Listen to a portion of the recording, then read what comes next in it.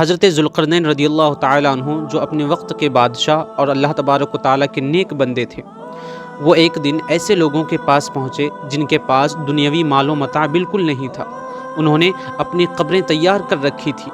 جب صبح ہوتی تو وہ قبروں کی طرف آتے، ان کی یاد تازہ کرتے، انہیں صاف کرتے اور ان کے قریب نمازیں پڑھتے، اور جانوروں کی طرح کچھ گھاس پات کھا لیتے، اور انہوں نے گزر بسر صرف زمین سے اگنے والی سبزیوں وغیرہ پر محدود کر رکھی تھی۔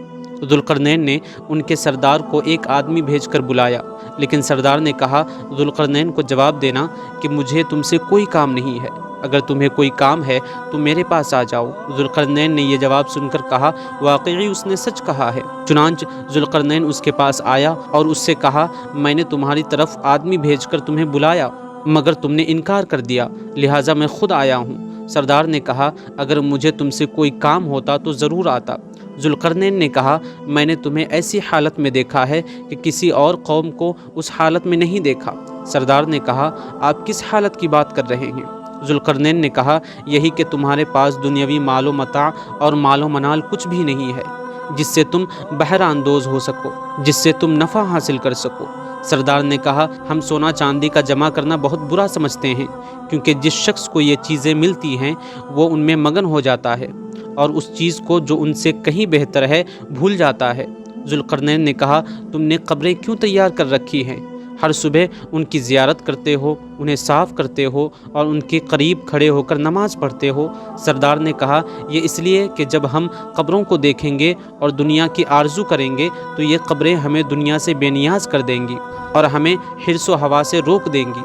ذوالقرنین نے پوچھا میں نے دیکھا ہے کہ زمین کے سبزے کے علاوہ تمہاری کوئی غذا نہیں ہے، تم جانور کیوں نہیں رکھتے تاکہ تم ان کا دودھ دھو، ان پر سواری کرو اور ان سے بہرہ اندوز ہو سکو، ان سے نفع حاصل کر سکو؟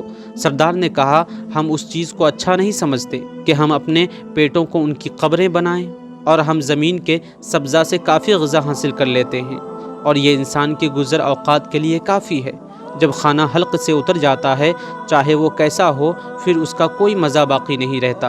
پھر اس سردار نے ذوالقرنین کے پیچھے ہاتھ بڑھا کر کے ایک کھوپڑی اٹھائی اور کہا ذوالقرنین کیا تم جانتے ہو کہ یہ کون ہے؟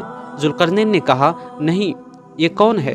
قائد نے کہا یہ دنیا کے بادشاہوں میں سے ایک بادشاہ تھا، اللہ تبارک و تعالیٰ نے اسے دنیا والوں پر شاہی عطا فرمائی تھی، لیکن اس نے ظلم و ستم کیا اور سرکش بن گیا۔ جب اللہ تبارک و تعالیٰ نے اس کی یہ حالت دیکھی تو اسے موت دے دی اور یہ ایک گرے پڑے پتھر کی مانند بے وقعت ہو گیا۔ اللہ تبارک و تعالیٰ نے اس کے اعمال شمار کر لیے ہیں تاکہ اسے آخرت میں سزا دے۔ پھر اس نے ایک اور کھوپڑی اٹھائی جو بوسیدہ تھی اور کہا ذوالقرنین جانتے ہو یہ کون ہے؟ ذوالقرنین نے کہا نہیں، بتاؤ کون ہے؟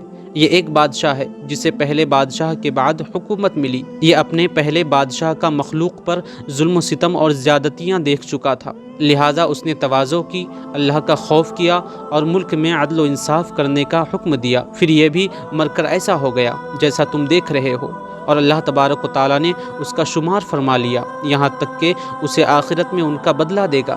پھر وہ ذوالقرنین کی کھوپڑی کی طرف متوجہ ہوا اور کہنے لگا یہ بھی انہی کی طرح ہے، ذوالقرنین خیال رکھنا کہ تم کیسے اعمال کر رہے ہو۔ ذوالقرنین نے اس کی باتیں سن کر کہا کیا تم میری دوستی میں رہنا چاہتے ہو؟ میں تمہیں اپنا بھائی اور وزیر یا جو کچھ اللہ تبارک و تعالیٰ نے مجھے مال و منال دیا ہے اس میں اپنا شریک بنا لوں گا۔ سردار نے کہا میں اور آپ صلح نہیں کر سکتے اور نہ ہی ہم اکٹھے رہ سکتے ہیں۔ ذوالقرنین نے کہا وہ کیوں؟ سردار نے کہا اس لیے کہ لوگ تمہارے دشمن اور میرے دوست ہیں۔ ذوالقرنین نے پوچھا وہ کیسے؟ سردار نے کہا وہ تم سے تمہارا ملک، مال اور دنیا کی وجہ سے دشمنی رکھتے ہیں، اور چونکہ میں نے ان چیزوں کو چھوڑ دیا ہے لہٰذا کوئی ایک بھی میرا دشمن نہیں ہے، اور اسی لیے مجھے کسی چیز کی حاجت نہیں ہے اور نہ میرے پاس کسی چیز کی کمی ہے۔ راوی کہتا ہے کہ ذوالقرنین یہ باتیں سن کر انتہائی متاثر ہوا اور حیران واپس لوٹ آیا۔